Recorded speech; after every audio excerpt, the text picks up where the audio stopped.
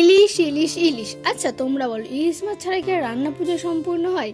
আমাদের আজকে এনেছিল ইলিশ মাছ, কাতলা মাছ, পুঁটি মাছ।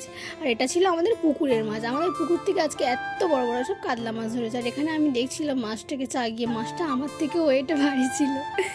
যাই হোক, এখানে বাপি সব মাপ করছিল। আর এটা আমাদের পাড়ার একটা দাদা আমাদের কাছে লেবু পাড়তে এসেছিল। তারপরে শুরু হয় বৃষ্টি, মানে যাকে বলে না মেঘ ভাঙা বৃষ্টি। আর বৃষ্টি হচ্ছে, ভিজবো না তা কখনো হয়? তারপরে এক থালা ভাত আর ইলিশ মাছের তেল নিয়ে বসে পড়েছি। মা করেছিল অনেক কিছুই, আমি কিন্তু ইলিশ মাছের তেল আর ইলিশ মাছ ভাজা পেলে আর এসব খেতে ইচ্ছা করে। তারপরে খেয়ে নিয়ে দুপুরে ঘুম দিয়ে বিকালে একটু বেরিয়েছিলাম।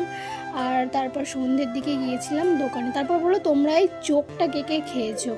মা দাদা লিখে দিয়েছিল সব নিয়ে বাড়ি ফিরে আসি। আর তারপরে চুটকি মেরে এই মশলাগুলোকে গুঁড়ো করার পালা।